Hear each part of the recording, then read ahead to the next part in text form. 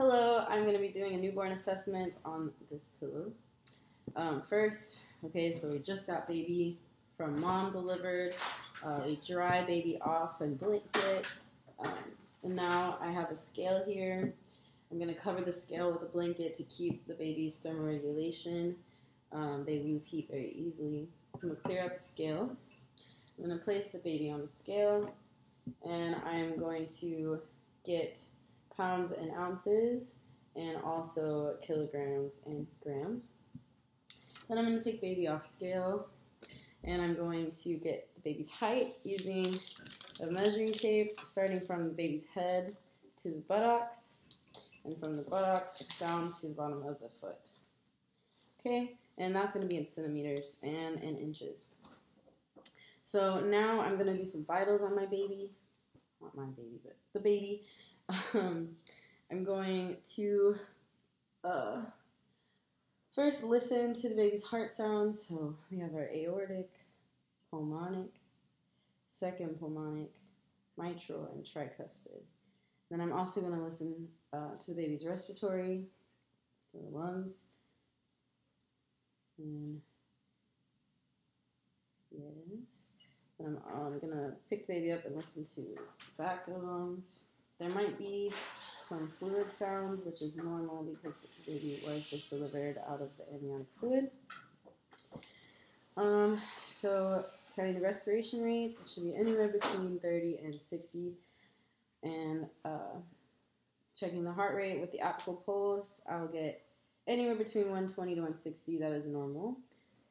Then I want to do an auxiliary temperature on the baby. So under the baby's arm, fold arm over.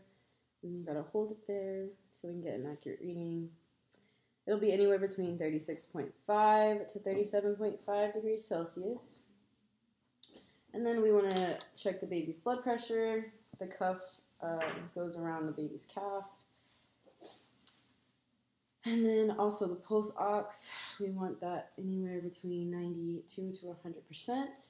And we're just assessing the baby for pain. And how we do that is looking for any facial grimaces, maybe a difference in their cry. But this baby's not in any pain, so that is good. And now I want to move on to the skin. So looking at the color, is it appropriate to ethnicity? Is it proportionate throughout the whole baby? Looking at the texture, the baby should be smooth, maybe moist, that's normal. We want to look at turgor, make sure that the skin recoils well. We want to look for any rash, I can't say that word, any hair on the baby, on its back maybe, or Mongolian spots. And vernix also, which might be on the baby, which just protects them while they're inside that fluid. And then I want to go ahead and assess the baby's reflexes. So I will pick up the baby and kind of drop a little bit, and hopefully we get that startle reflex, frill its arms. And then I want to take my light, and I want to just flash a light in their eyes, and they will respond with closing their eyes. And also checking that pupillary reflex, see if there's any constriction, which is good. Now for the brooding sucking reflex, I'm just going to stroke the baby's cheek on both sides, and in return, the baby should turn to that side. I'm going to check the palmar and the plantar reflex, so put my fingers on the baby's hands, and it should grasp, and same with the toes, they should curl towards me. And then I want to check for the stepping reflex. So I'm going to pick baby up, and baby should try to walk a little bit. And for the Babinski reflex, I'm just going to stroke the bottom of the baby's foot like this, and the toes should fan out for a positive reflex. And then for the fencer reflex, I'm just going to turn the baby's head to one side, and they should make like a fencing pose, both sides. And then the prone crawl, I'm going to put the baby on its stomach, supporting its head, and the baby should try to move its arms and legs, which is indicating good reflex for that. And I also want to check for the sucking reflex, so I'm going to put my gloved hand inside the baby's mouth and they should suck on my finger. And while I'm in there, I'm going to also check the hard and soft palate in the baby's mouth, just making sure I don't feel anything abnormal. Moving on to the baby's head, we want to look at the size of the head, the shape of the head, any molding, the anterior and posterior fontanelles, and the sutures. I want to also check the circumference of the head, which I will measure in centimeters. I'm looking at the eyes and the ears, making sure that they are symmetrical and aligned. And at the cheeks also, see if there's any damage from delivery. Maybe on the nose, the baby might have some milia, which is normal, and we'll tell mom not to pop those. They will go away on their own. I want to check the baby's nostrils, so I'm going to occlude one side and see if the other side, if there's good airflow. See if there's any nasal flaring or anything that makes it seem like the baby's struggling to breathe. I want to check the baby's ears, the cartilage, just to note any differences or not symmetrical. I want to check the baby's clavicles, feel those and see if they're also symmetrical, if there's any bumps or disformities from maybe a broken clavicle.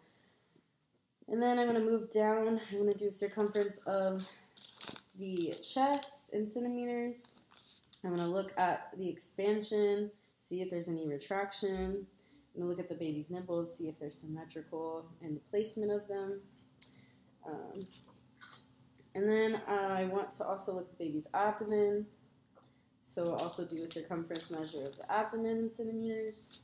We'll look at the appearance. Is it distended? The umbilicus, where it's located. It should be clamped. And I'm also going to listen for bowel sounds. And starting in the right lower quadrant, working my way up to the left upper quadrant and down to the left lower quadrant. Baby should have active bowel sounds. We're going to look at the inguinal area just to make sure that there's no rash or any skin issues. I'm also going to feel for the femoral pulse, and we want it to be very strong, bounding. I want to look at the extremities, the arms, the legs,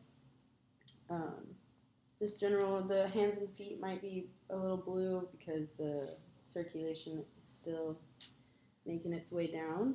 I'm going to check the baby's hips, see if there's any dislocation. And there is not. I want to look at the baby's spine, see that it's C-shaped. That is normal and good.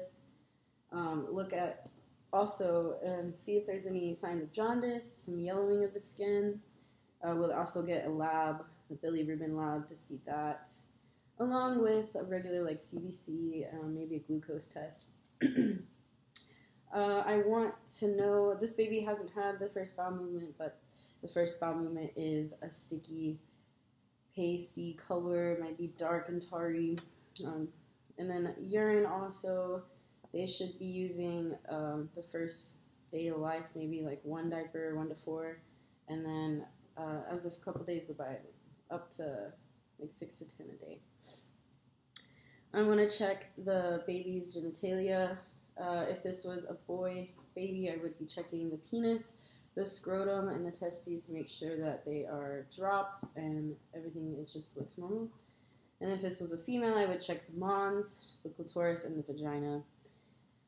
And I would turn the baby over, looking at the buttocks, just looking for anything that might look abnormal. And yeah, I want to know the type of feeding that this baby is going to be getting, breastfed or bottle fed. And yeah, I think that's my newborn assessment.